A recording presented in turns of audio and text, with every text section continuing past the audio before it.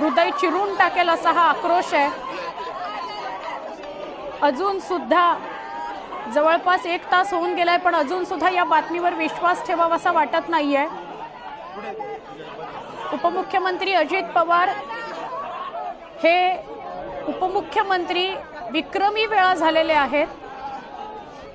अनेक आरोप त्यांच्यावर झाले, मात्र ते सतत काम करतानाच आपल्याला बघायला मिळाले। आणि असं राष्ट्रवादी काँग्रेसचं नेतृत्व आज महाराष्ट्रातून निघून गेलंय। प्रचंड शोककळा महाराष्ट्रामध्ये ही बातमी वाऱ्यासारखी पसरली। आपण अजित पवार यांना गमावलेला आहे। उपमुख्यमंत्री अजित पवार यांचा अपघाती मृत्यू झालाय। त्यांना ज्या रुग्णालयात आणलं गेलं तिथे आता गर्दी जमायला सुरुवात झालेली आहे। ही प्रचंड मोठी गर्दी आपण बघतो। या रुग्णालयाच्या बाहेरच आमचे प्रतिनिधी जितेंद्र जाधव सुद्धा उपस्थित आहेत। त्यांचाही आवाज कापरा झालेला आहे हे सांगत असताना की अशी घटना घडली आहे। राष्ट्रवादी काँग्रेसच्या सगळ्या नेत्यांपर्यंत ही बातमी पोहोचली आहे। ते बारामतीकडे यायला रवाना झालेले आहेत, पण आज अचानक ही घटना घडेल असं ध्यानीमनीही नाही कुणाच्या। त्यांचा रूटीन नियोजित असा ठरलेला प्रवास होता। अण्णा बनसोडे दूरध्वनीवरून आपल्या सोबत आहेत। बनसोडेजी, आज उपमुख्यमंत्री अजित पवार गेल्याची बातमी आपल्यापर्यंत पोहोचती आहे, काय भावना व्यक्त करा? या बातमीवर खरं तर विश्वास बसत नाही। दादा गेले खरंय, सगळ्यांचीच परिस्थिती अशी झाली आहे की या बातमीवर विश्वासच बसत नाही आणि अपघाती मृत्यू झालाय त्यांचा। खूप बेकार झालं।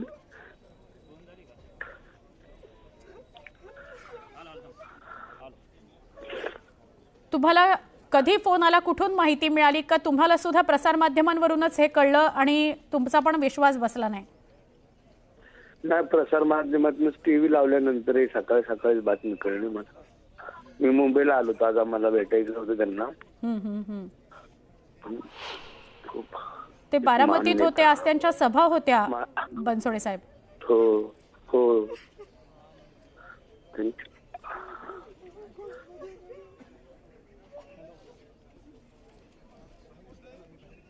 बोलता येत नाहीये, भावना व्यक्त करता येत नाहीये, इतकी धक्कादायक घटना आहे।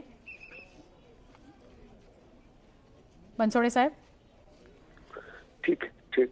बर। अण्णा बनसोडे आपल्यासोबत होते, राष्ट्रवादीचे आमदार, आणि खरोखर त्यांचे शब्द जड झाले होते। त्यांना त्यांच्या भावना व्यक्त करता येत नव्हत्या। त्यांना विश्वासच ठेवता येत नाहीये की अशी काही बातमी घडली आहे। बारामतीतनं पुन्हा कदाचित मुंबईत उपमुख्यमंत्री येणार असतील आणि मुंबईमध्ये ते बनसोडे यांना भेटणार सुद्धा होते, मात्र त्याआधीच ही दुर्दैवी घटना ऐकावी लागली। अजित पवार यांच्या विमानाला अपघात झाला आणि या विमानामधलं कुणीही वाचू शकलं नाही, कारण अपघात भयंकर गंभीर होता। या गंभीर अपघातामध्ये विमानाचे सगळे तुकडे झाले। ती दृश्य जेव्हा ऐकली तेव्हा, ती दृश्य जेव्हा पाहिली तेव्हा काय घडलं असेल याची कल्पनाच न करावी असं वाटत होतं। उपमुख्यमंत्री अजितदादा यांना अपघातामध्ये आपण गमावलेलं आहे। विमानातल्या 6ही जणांचा मृत्यू झालाय। अमोल मिटकरी यांची दृश्य एका बाजूला आणि दुसऱ्या बाजूला रुग्णालयाच्या खाली गर्दी जमायला सुरुवात झालेली आहे त्याची दृश्य। मुख्यमंत्री देवेंद्र फडणवीस आणि उपमुख्यमंत्री एकनाथ शिंदे बारामतीकडे रवाना झालेले आहेत। त्यांच्याकरता सुद्धा ही अत्यंत धक्कादायक बातमी। खासदार सुप्रिया सुळे, खासदार सुनेत्रा पवार या सुद्धा बारामतीकडे रवाना झाल्याचं कळतंय। मुख्यमंत्री आणि उपमुख्यमंत्री सुद्धा बारामतीकडे रवाना झालेले आहेत।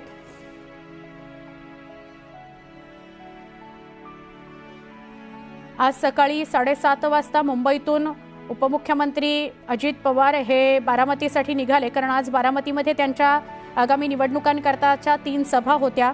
गुंजबावी इथं 11 वाजता पहिली सभा होती, पण त्याआधीच त्यांचं विमान लँड होण्यापूर्वीच त्यांच्या विमानाला अपघात झाला। विमानाचा अपघात प्रचंड गंभीर होता त्या विमानाचे सगळे तुकडे तुकडे झाले आणि काही विमानांच्या तुकड्यांना आग सुद्धा लागलेली होती, त्यामुळे यात कुणी वाचलं असेल अशी शक्यता कमीच होती।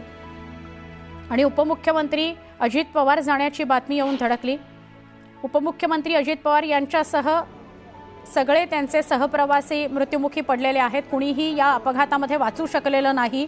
ही बातमी महाराष्ट्रभरात वारासारखी पसरली। सुरुवातीला तर कुणाला विश्वासच बसत नव्हता की असं काही घडलं असेल, त्यानंतर मात्र सगळेजण आता बारामतीकडे रवाना झालेले आहेत। हसन मुश्रीफ, अमोल मिटकरी, त्यांचे अजित पवारांचे पूर्वीपासूनचे सगळे पदाधिकारी आणि सहकारी नेते, ह्या सगळ्यांना अश्रू अनावर होत आहेत। लहान मुलासारखं ढसाढसा रडतायत ते, त्यांना बातमी सहनच होत नाहीये की आपले दादा आपल्याला सोडून गेले। सगळ्या महाराष्ट्राचाच हा दादा खरं तर, त्यांना दादा म्हणूनच आपण ओळखायचो आणि संबोधायचो सुद्धा। बारामतीमधून ही बातमी येते। पंतप्रधान नरेंद्र मोदी, केंद्रीय गृहमंत्री अमित शहा यांनी देवेंद्र फडणवीसांना फोन केला होता, त्यांच्याकडनं फोनची माहिती घेतली। आता आपल्याला विमानाची दृश्य सुद्धा बघायला मिळतात। ही विमानाची दृश्य अंगावर काटा आणणारी आहेत। 1-1.5 तासांनंतर ही विमानाची दृश्य आपण बघतोय। लांबून विमान खाली कोसळलं आणि त्याचे तुकडे झाले एवढंच आपल्याला दिसत होतं, पण विमान पूर्णपणे जळून खाक झालेलं आहे। हे विमानाचे तुकडे पसरलेले सगळेच्या सगळे पूर्णपणे कोळसा झालेले हे विमानाचे तुकडे आहेत। सुप्रिया सुळे निघालेले आहेत। सुप्रिया सुळे रवाना झाल्यात बारामतीकडे, त्याची दृश्य आपण आत्ताच बघत होतो। अत्यंत मोठी आणि दुर्दैवी घटना घडली आहे। उपमुख्यमंत्री अजित पवार यांचा मृत्यू झालाय। घटनास्थळावरून ही विमानाची दृश्य, या विमानामध्ये 6 जण प्रवास करत होते आणि उपमुख्यमंत्री अजित पवार यांचा या विमानामध्ये अपघात होऊन मृत्यू झालेला आहे।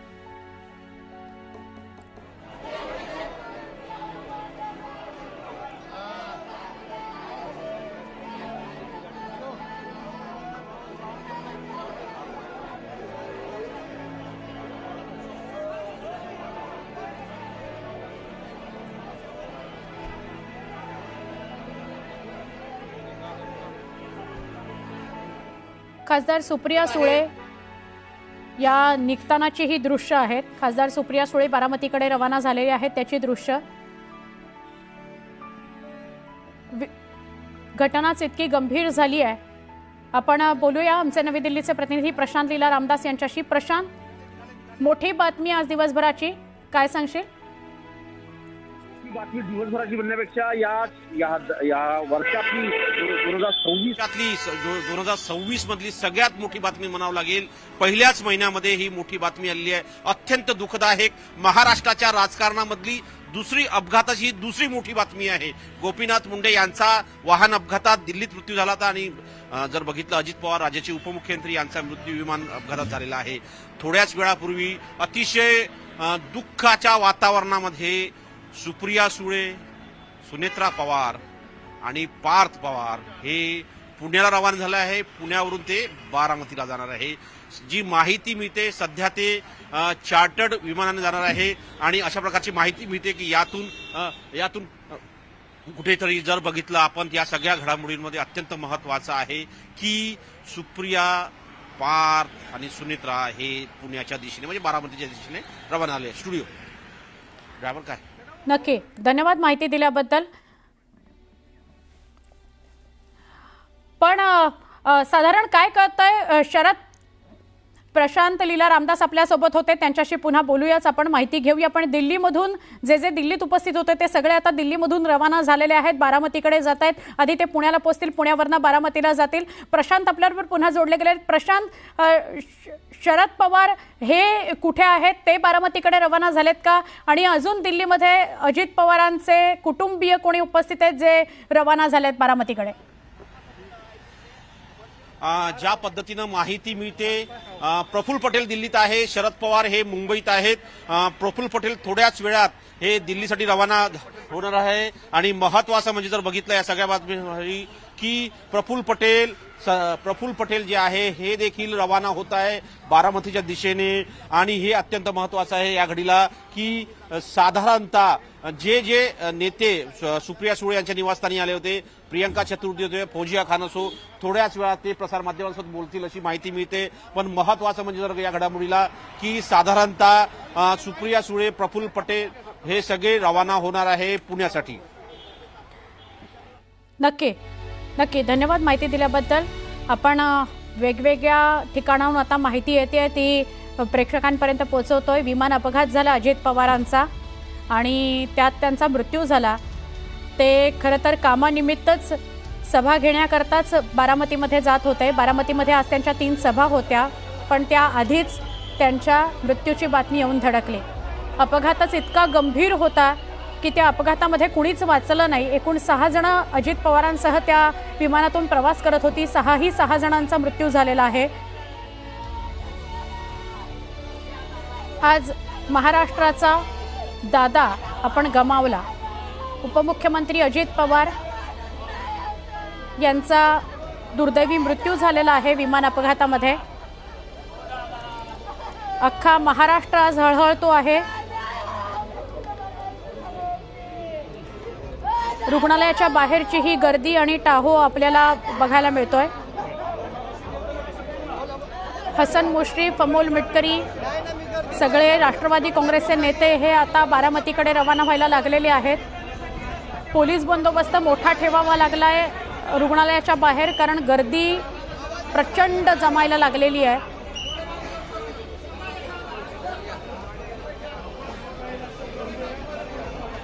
एकूण 6 जण विमानामध्ये होते, तर उपमुख्यमंत्री अजित पवारांसह 5 जणांचा मृत्यू झालेला आहे। वैभव सोनवणे आपल्या सोबत आहेत। वैभव, सुवर्णा, जे अधिकृत माहिती मिळाली त्यानुसार या विमानामध्ये 5 जण असणं हे अपेक्षित होतं।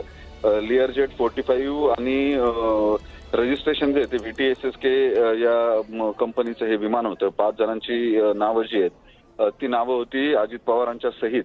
याच्यामध्ये मुंबईचे PSO जे जाधव, कॅप्टन पायलट जे होते सुमित कपूर, कॅप्टन संभवी पाठक आणि पिंकी माळी हे फ्लाईट अटेंडंट, असे 5 जण जे आहेत यांची नावं DGCAच्या अधिकृत रेकॉर्डनुसार आहेत। मात्र जी माहिती आपल्याला स्थानिक पातळीवरती मिळते त्यानुसार आतापर्यंत केवळ 3 मृतदेह जे आहेत तेच मिळून आलेले आहेत आणि विमानाचा पूर्ण चुराडा झालेला आहे। आगीमध्ये हे विमान भस्मसात झाल्यामुळे मलबा जो आहे विमानाचा त्याच्यामुळे आणखी समजू शकत नाहीये विमानामध्ये नेमके किती लोक होते। 5 जणांची नावं जरी असली तरी या 5 जणांपैकी किती जणांनी नेमकं बोर्ड केलेलं होतं, विमानात किती जण बसलेले होते हे अजूनपर्यंत अधिकृतरित्या समजू शकलेलं नाहीये। मृतदेह जे आहेत ते 3च मृतदेह अजित पवारांच्या मृतदेहासहित मिळून आलेले आहेत आणि ते 3ही मृतदेह जे आहेत ते एम्स रुग्णालयामध्ये नेण्यात आलेले आहेत। काही वेळामध्ये राज्याचे मुख्यमंत्री, उपमुख्यमंत्री हे सगळेच बारामतीच्या दिशेने फ्लाय करतील किंवा बारामतीला येतील। सुप्रिया सुळे आणि सुनेत्रा पवार वैभव आपल्याला अधिक माहिती देत आहेत। रुग्णालयाच्या बाहेर आता लोकांची गर्दी जमायला सुरुवात झाली आणि घटनास्थळाची दृश्य सुद्धा एका बाजूला दिसत आहेत आपल्याला। घटनास्थळी विमान जेव्हा कोसळलं तेव्हा काय परिस्थिती होती याची कल्पना आपल्याला येईल। आणि दुसरीकडे रुग्णालयाच्या बाहेर आता गर्दी जमायला सुरुवात झालेली आहे। DGCAकडे जी अधिकृत माहिती होती त्यानुसार कोण कोण या विमानात होतं ते नावानिशी आपल्याला आता वैभव सांगत होता। विमान अपघात कसा झाला असेल याची दृश्य आपण एका बाजूला बघतोय।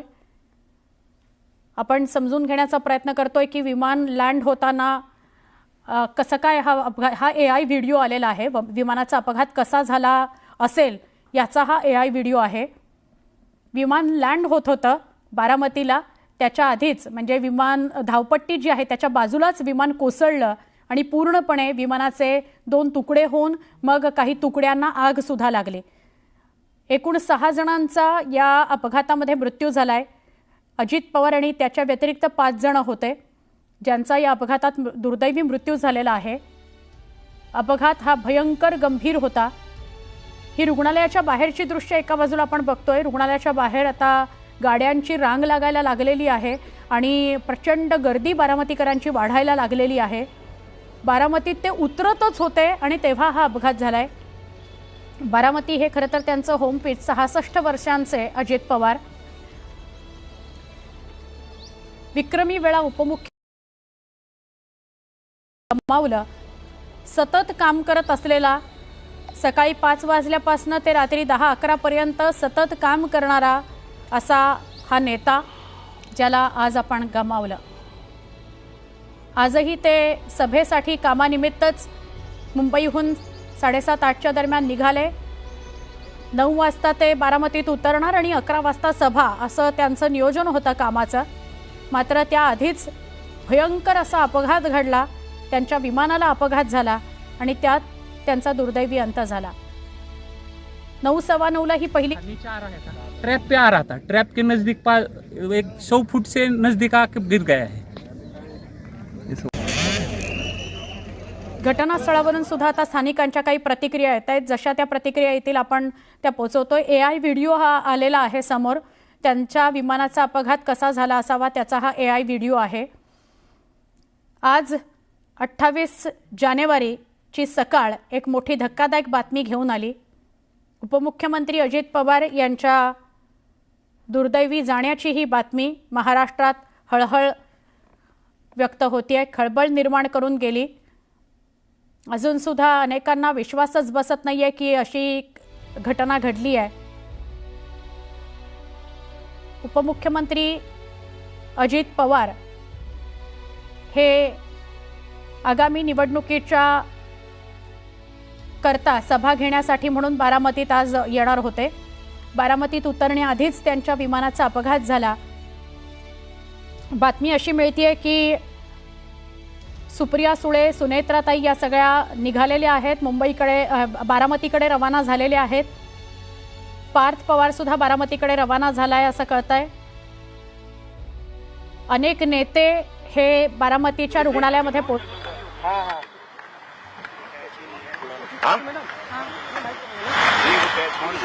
अजित पवार यांच्यासोबत तुमच्या आठवणी खूप आहेत.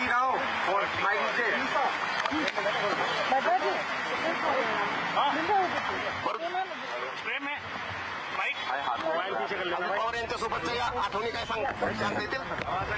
समर्पित श्रद्धांजलि अर्पित करता हूँ.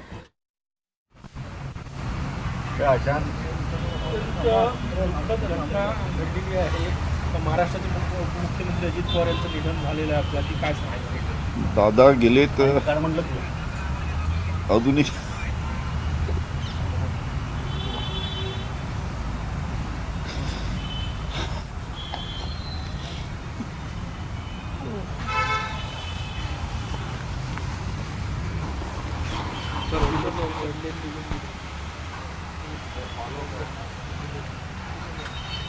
येत नाहीये, विश्वासच ठेवता येत नाहीये की आपले दादा आपल्याला सोडून गेलेत, आपलं नेतृत्व आपल्याला सोडून गेलंय.